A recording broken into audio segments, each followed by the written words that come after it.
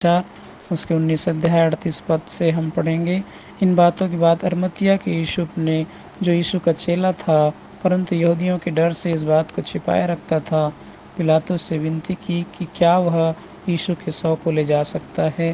पिलातुस ने उसकी विनती सुनी और वह आकर उसका शव ले गया। मेरे प्रियो, यह परमेश्वर का वचन आपके और मेरे लिए नया नहीं है, क्योंकि आप सब स्टडी करते हैं, पढ़ते हैं, सुनते सीखते हैं।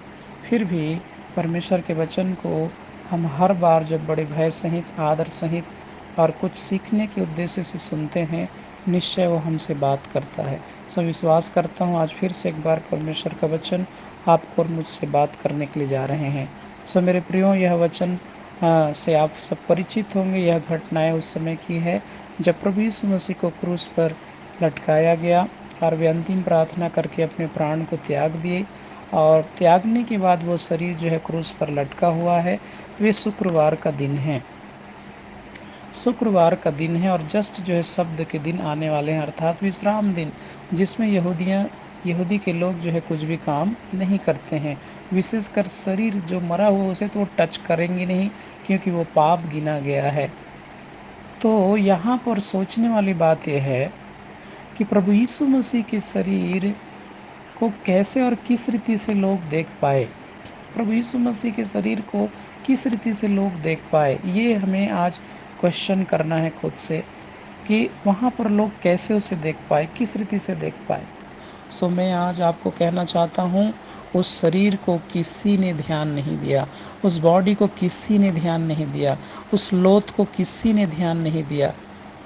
जबकि इतने सारे लोग थे, इतने सारे उनके पीछे चलने वाले लोग थे, इतने सारे बड़े बड़े बोलने वाले लोग थे कि मैं तुम्हारे साथ मृत्यु तक चला जाऊंगा, कुछ भी कर दूंगा, हे प्रभु जहां आप जाओगे वहां हम जाएंगे, मैं अपने प्राण दे सकता हूं, मैं सब कुछ लुटा सकता हूं, मैं ऐसा कर सकता हूं, वैसा कर सकता। ऐसे बड़े बड़े बोलने वाले आज प्रभु यीशु मसीह की बॉडी को देख नहीं पा रहे हैं कि वे क्रूस पर कैसे लटका पड़ा है और वे अनादर के पात्र हो रहे हैं करके किसी ने भी ध्यान नहीं दिया। मेरे प्रियो, वो जब इस देह में जीवित थे तो उसी देह से उन्होंने हर एक को छुआ, चंगाई दिया, प्यार किया, गले से लगाया, कंधे पर उठाया, तरस खाया, रोगियों को छुआ, कोढ़ियों को शुद्ध किया उसी देह से। लेकिन जब उसकी बारी आई कि उस देह का सम्मान कोई करे, तो वह कोई पर्सन वहाँ पर नहीं है जो उस बॉडी का रिस्पेक्ट करे, ध्यान दें। मैं आज आपको कहना चाहता हूँ, आपके और मेरे बड़े बड़े बोल से, बड़े बड़े प्रार्थना, लंबा लंबा प्रार्थना से, बड़े बड़े शिक्षा देने से, बड़े बड़े सुसमाचार सुनाने से और बड़े बड़े जो है गवाही बताने से अच्छा है कि हम परमेश्वर के पुत्र की देह की सेवा करके दिखाएं, प्रभु यीशु मसीह के देह की सेवा करके दिखाएं।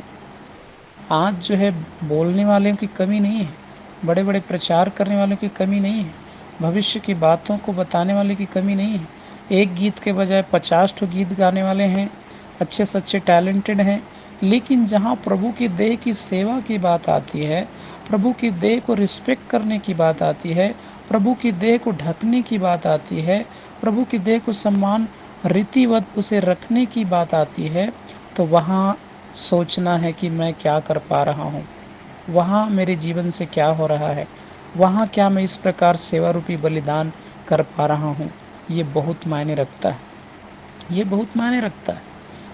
यूसुफ और निकोदेमुस ने कभी अपने आप को नहीं कहा कि हम चर्च जाते हैं लगातार, कभी भी उन्होंने नहीं बताया कि हम एक अच्छे आराधक हैं, टैलेंटेड हैं, कभी भी अपने आप को नहीं कहा कि हम चेले हैं, कभी भी नहीं कहा कि हम प्रॉफिट हैं, हम जो है इमेजिलेशन है, जो हम प्रेरित हैं। ऐसे कभी भी उन्होंने अपने आप को नहीं दिखाया। लेकिन जब समय आया तो सही समय पर उन्होंने यीशु मसीह के देह को रिस्पेक्ट किया, आदर किया, उन्हें स्थान दिया।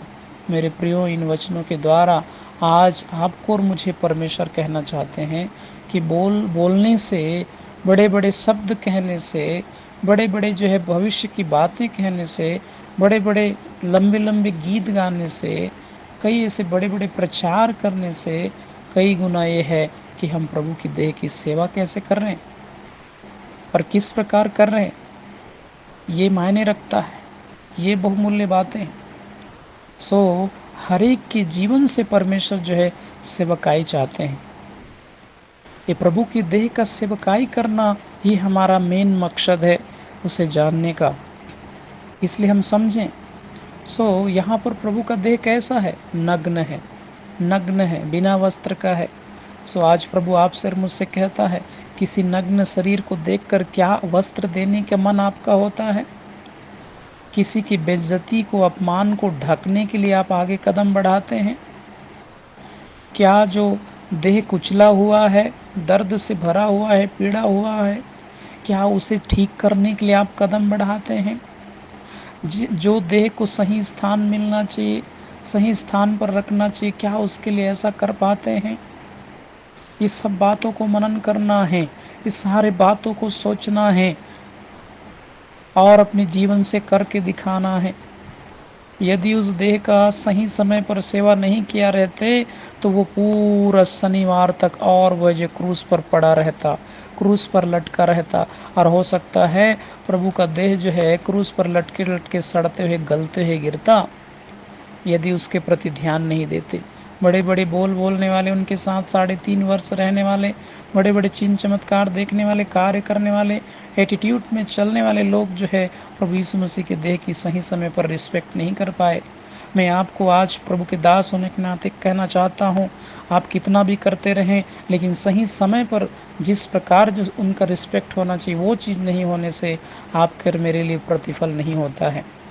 मैं आपको कहना चाहता हूँ कि उचित समय पर जो है उस काम को करें जिस काम के लिए परमेश्वर ने हमें ठहराया, चुना है, नियुक्त किया है।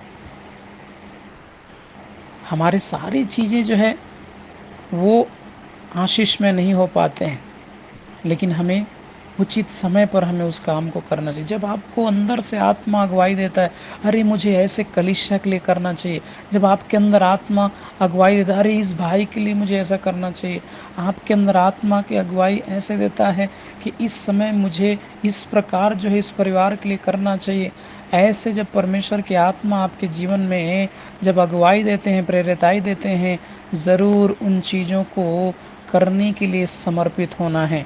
उन चीज़ को कैसे बेहतर कर सकता हूँ करके आप कलीसिया में रखना है, उनको और बेहतर कैसे कर सकते हैं प्रभु के दास लोगों से सलाह लेना है, और ज़्यादा से ज़्यादा बेहतर हम कैसे कर सकते हैं आप वचन से मिलाना है, कैसे हम प्रभु के देह की सेवा कर सकते हैं उसके बारे में पूछना है, समझना है। यहाँ पर यूसुफ जाकर जो है पिलातुस से विनती करके कहता है, हे राजा, हे पिलातुस, इस बॉडी को हमें दीजिए। हमारे नियम विधि के अनुसार आज ही इनका जो है हमें संस्कार करना है। कुछ चीज़ों के लिए परमेश्वर समय ठहराया रहता है, उतने में ही आप करें, उसे क्रॉस होने के बाद करने का कोई मतलब नहीं है। जो समय है उसके हिसाब से करें। अभी एक ऐसा समय प्रभु आपके और मेरे जीवन में दिया है कि हम ज़्यादा से ज़्यादा परमेश्वर के देह की अर्थात यीशु की कलीसिया की सेवा करें। ये लहूलुहान देह कौन सा है, ये नग्न देह कौन सा है, ये कुचला हुआ देह कौन सा है, ये पीड़ा में देह कौन सा है? आपके आसपास के लोग, अनाथ लोग, विधवाएं लोग, गरीब लोग, दर्द पीड़ा में रहने वाले लोग, रोगी लोग, पीड़ा लोग, ये सब लोगों को जब आप और मैं देखते हैं, क्या आप और मेरे अंदर यीशु और निकोदेमुस जैसा मन होते हैं, उनके जैसा हृदय होते हैं कि मैं उनके लिए क्या करूं, किस रीति से करूं कि वे उनके लिए सेवा हो सके, उनके लिए जो है रिस्पेक्ट हो सके, उनके लिए जो है आशीष में हो सके, उनके लिए जो है प्रभु के राज्य में बढ़ने का कारण हो सके? क्या आप इस प्रकार से आपके और मेरे जीवन में जो है इन दिनों मन होते हैं? बहुत सारी चीज़ें हैं इन वचनों में सीखने के लिए, बहुत सारी बातें हैं इन वचनों में समझने के लिए।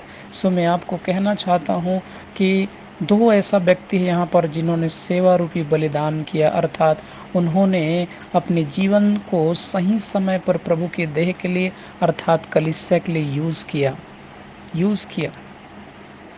बहुत सारे ऐसे लोग हैं जो इस प्रकार नहीं कर पा रहे हैं, नहीं करते हैं। मैं आपको कहना चाहता हूँ, बड़े बोलने से ज़्यादा अच्छा है हम प्रभु के लिए कुछ करते हुए और करके दिखाएं। इस प्रकार से हम अपने जीवन को बनाएं। आप ज़रूर कर सकते हैं, आप ज़रूर कर सकते हैं। आप परमेश्वर में प्रार्थना के साथ करना आरंभ करें।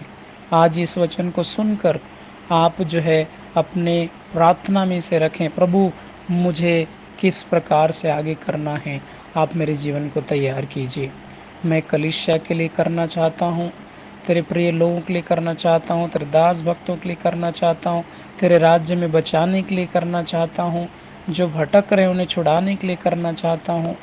आप कर सकते हैं, आप कर सकते हैं। इस सेवा को आप करें, इस सेवा को आप करें। यह है प्रभु के देह के लिए अपने जीवन को सेवा में रखना, सेवा में रखना। सो हम निकोदेमुस और यूसुफ के जैसे अपने जीवन को रखें। वो भले किसी को नहीं बताए थे कि हम ऐसा ऐसा करने वाले हैं, लेकिन उन्होंने सही समय पर किया।